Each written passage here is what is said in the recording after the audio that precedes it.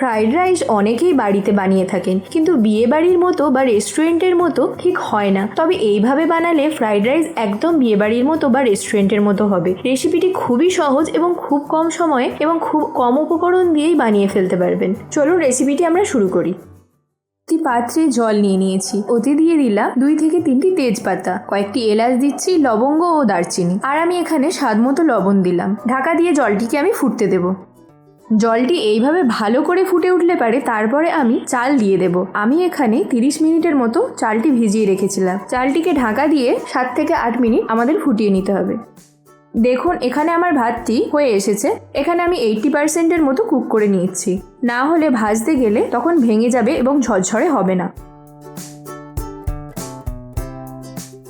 এবার ভাতটি ছেঁকে অন্য একটি পাত্রে ছড়িয়ে ঠান্ডা হওয়ার জন্য রেখে দিতে হবে, না হলে গরমে ওভারকুক হয়ে যেতে পারে।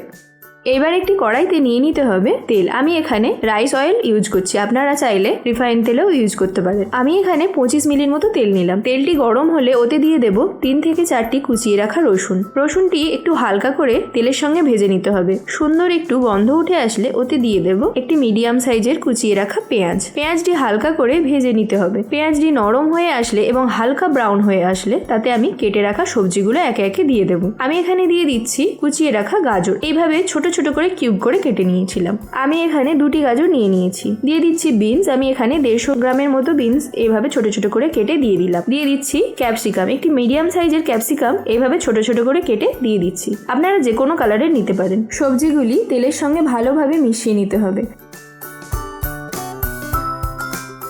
তারপর আমি ওতে দিয়ে দেব 1 চামচ লবণ আর 1 চামচ চিনি দিয়ে সবজিগুলো ভালো করে ভেজে নিতে হবে। সবজিগুলি হালকা নরম হয়ে আসলে বুঝবেন আপনার সবজি ভাজা হয়ে গেছে।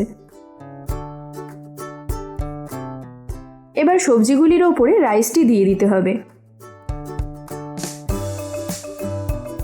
তারপর এতে দিলাম 1 চামচ গোলমরিচ আর 2 চামচ সয়া সস দিয়ে ভালো করে রাইসটিকে সবজির সঙ্গে মিশিয়ে নিতে হবে।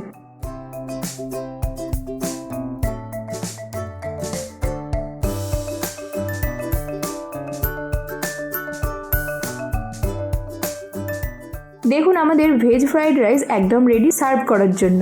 গরম গরম চিলি চিকেন বা চিকেন কষার সঙ্গে জাস্ট জমে যাবে। সঠিক ও একদম সহজ পদ্ধতিতে চিলি চিকেন বানাতে চাইলে অবশ্যই স্ক্রিনে দেওয়া ভিডিওটি ক্লিক করবেন।